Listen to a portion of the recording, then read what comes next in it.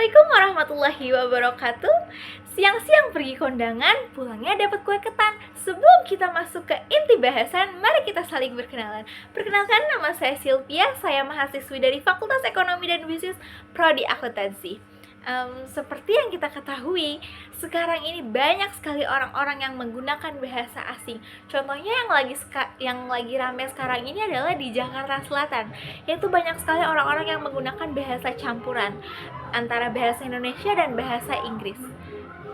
Pernah terpikir tidak sih di benak kalian kalau nanti bahasa Indonesia ini akan hilang karena penggunaan bahasa asing tersebut, dan kita akan menjadi fakir berbahasa Indonesia? Dan pasti ada dong pertanyaan-pertanyaan seperti apa saja faktor yang menyebabkan terjadinya fakir berbahasa Indonesia, bagaimana pengaruh bahasa gaul terhadap bahasa Indonesia, dan apa saja dampak bahasa asing tersebut terhadap bahasa Indonesia. Dan pasti ada juga pertanyaan bagaimana sih caranya agar kita tidak fakir berbahasa Indonesia. Oleh karena itu, saya akan menjawab pertanyaan-pertanyaan tersebut di presentasi kali ini yang berjudul Fakir Berbahasa Indonesia. Daftar topik yang akan saya bahas adalah latar belakang, pembahasan, simpulan, dan juga saran. Yang pertama kita bahas adalah latar belakang fakir berbahasa Indonesia. Indonesia ini merupakan negara yang terdiri dari banyaknya suku, budaya, bahasa daerah, namun bahasa nasional yang digunakan adalah bahasa Indonesia. Bahasa Indonesia digunakan sebagai bahasa pemersatu dari banyaknya bahasa dan latar sosial budaya yang berbeda di Indonesia.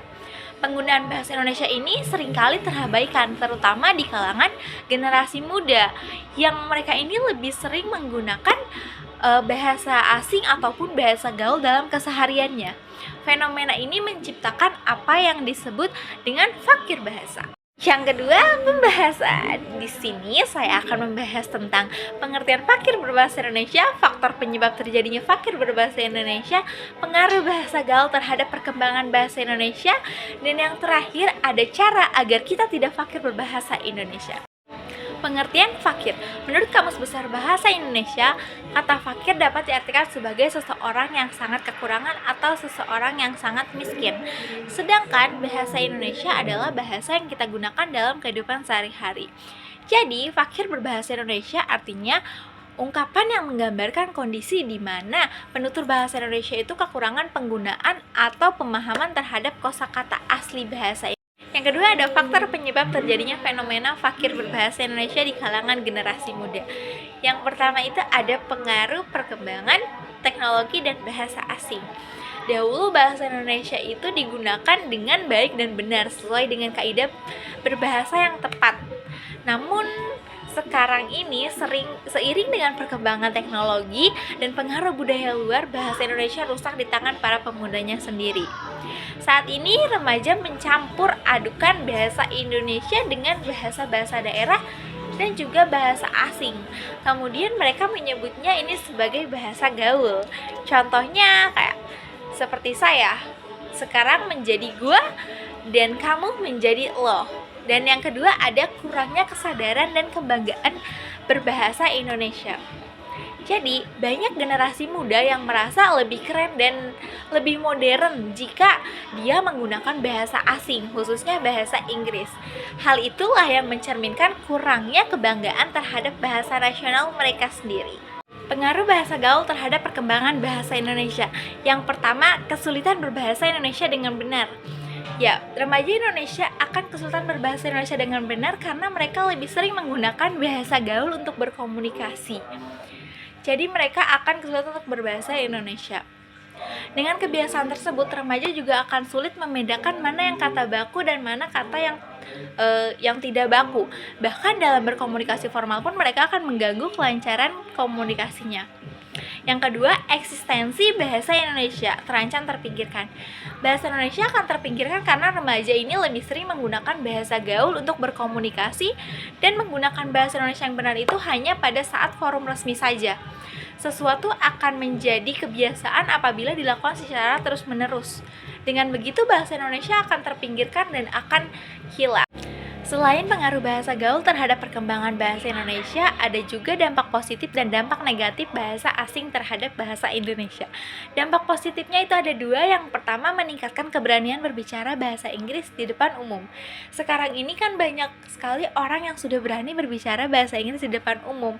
Padahal sebelumnya itu orang-orang yang menggunakan bahasa Inggris di depan umum diejek sok Inggris karena dianggap berlebihan. Yang kedua itu menunjukkan kemampuan berbahasa yang baik. Penggunaan dua bahasa atau lebih menunjukkan bahwa orang tersebut memiliki kemampuan berbahasa yang baik. Ada beberapa peneliti juga yang mengatakan bahwa kemampuan dua bahasa ini merupakan kemampuan multitasking. Ada juga dampak negatifnya, yaitu penggunaan bahasa asing dikhawatirkan tanpa sadar sedikit demi sedikit ini bahasa Indonesia ini akan tergantikan oleh bahasa asing. Oleh karena itu, jika penggunaannya tidak diawasi dan melampaui batas wajar, maka dapat diprediksi bahwa Indonesia ini akan hilang, yang tentunya sangat berpengaruh terhadap keutuhan Indonesia. Penggunaan bahasa asing ini tidak salah asalkan selalu diawasi dan orang tersebut tahu di mana dia harus menggunakan bahasa asing dan di mana dia menggunakan bahasa Indonesia, seperti itu. Cara agar tidak fakir berbahasa Indonesia. Harus kita akui, kita ini miskin khazanah kata bahasa Indonesia. Dari 91.000 kata atau frasa dalam KBBI, berapa persen yang kita ketahui? Saya yakin tidak sampai 80%. Karena pelajaran bahasa Indonesia di sekolah tidak memiliki cukup ruang untuk mengenalkan kita pada kekayaan kosakata bahasa Indonesia. Jika kita menjadi seorang fakir dalam berbahasa Indonesia yang lebih percaya diri dengan memakai terminologi bahasa asing daripada khazanah kata bahasa Indonesia, maka bisa-bisa bahasa kita ini menjadi kelas 2 di tanah airnya sendiri. Kita tidak inginkan martabat bangsa kita dipertaruhkan, kita juga tidak inginkan bahasa kita ini menjadi bahasa kelas 2. Lalu, apa sih yang harus kita lakukan Yang harus kita lakukan ini ada dua cara. Yang pertama, kita harus mencintai bahasa kita sendiri. Ada adagium yang mengatakan, cinta itu menggerakkan segala sesuatu. Maka ketika kita mencintai bahasa Indonesia, hasrat kita pun terdorong untuk semakin belajar lebih dalam tentangnya, semakin bangga untuk menggunakannya. Yang kedua, berhenti mencampur adukan terminologi bahasa asing dalam percakapan.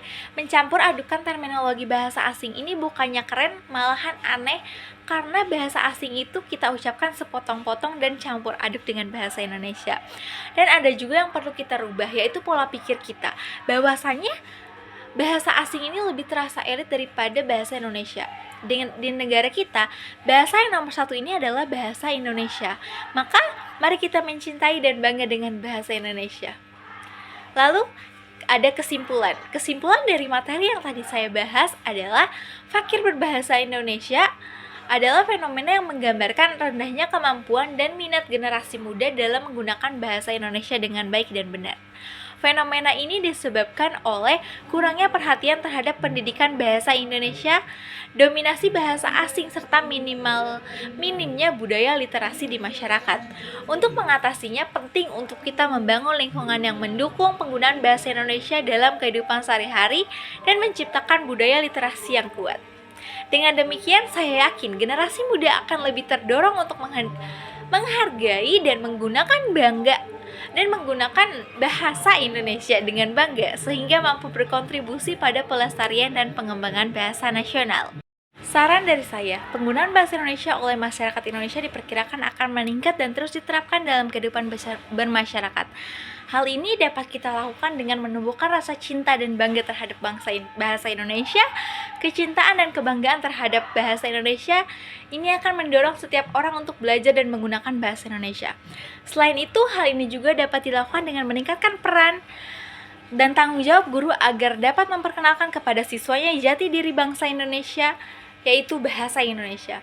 Hal ini dapat dilakukan dengan membiasakan siswa membaca Kamus Besar Bahasa Indonesia karena mengandung banyak kosakata bahasa Indonesia. Dengan begitu, pemahaman kosakata bahasa Indonesia bisa meningkat. Sebelum menutup presentasi ini, saya memiliki satu kutipan yang pernah saya dengar, bahwa satu peluru hanya bisa melubangi satu kepala, tetapi satu kata-kata kita bisa melubangi jutaan kepala. Jadi, kita perlu bijak dalam mengatur kata-kata yang kita keluarkan dalam presentasi kita. Sekian, nama saya Sylvia, saya pamit undur diri. Sampai jumpa di presentasi berikutnya. Terima kasih.